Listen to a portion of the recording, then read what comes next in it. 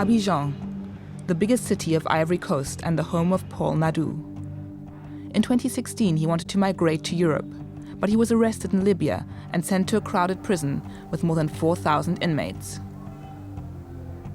C'était une prison où, par moment, on venait chercher des gens. It was a prison where they sometimes came to look for people that they could force into prostitution. Others were sent to places which were known for organ trafficking. If they knew that your parents were a bit richer, they tried to extort money from them. Paul managed to get out of the prison. He was found by workers from the International Organization for Migration and was sent back to Ivory Coast. I got out and today I'm alive.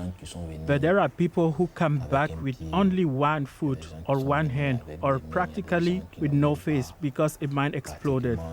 There are so many things that can go wrong. Paul wishes he had had more information about the harsh realities of migration before he left.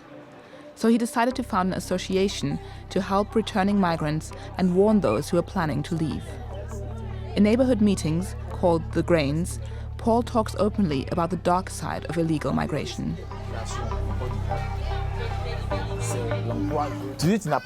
You say that you don't have enough money.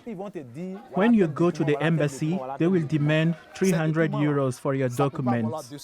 But if you want to live illegally, you might have to pay anything between 600 and 780 euros before you even reach Libya.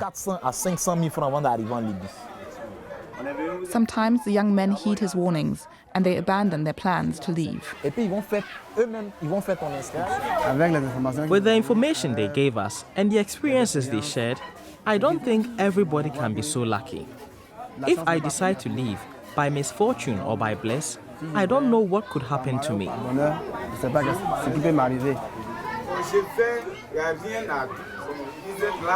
Paul proposes alternative options. He provides contact details of state agencies which can help them find a job. It's also important to inform them that the government is willing to help them. I prefer to see them applying for a job here instead of living and dying.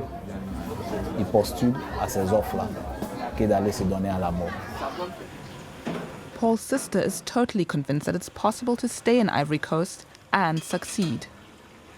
Paul is now living with her while looking for a new job. But it hasn't been easy. Returnees often suffer from discrimination.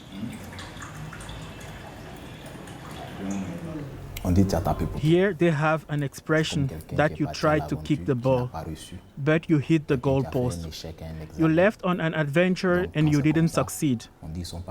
It is as if you failed an exam.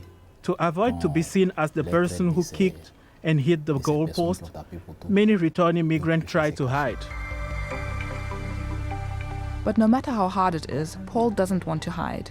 He hopes to find a job soon and will continue to share his experiences.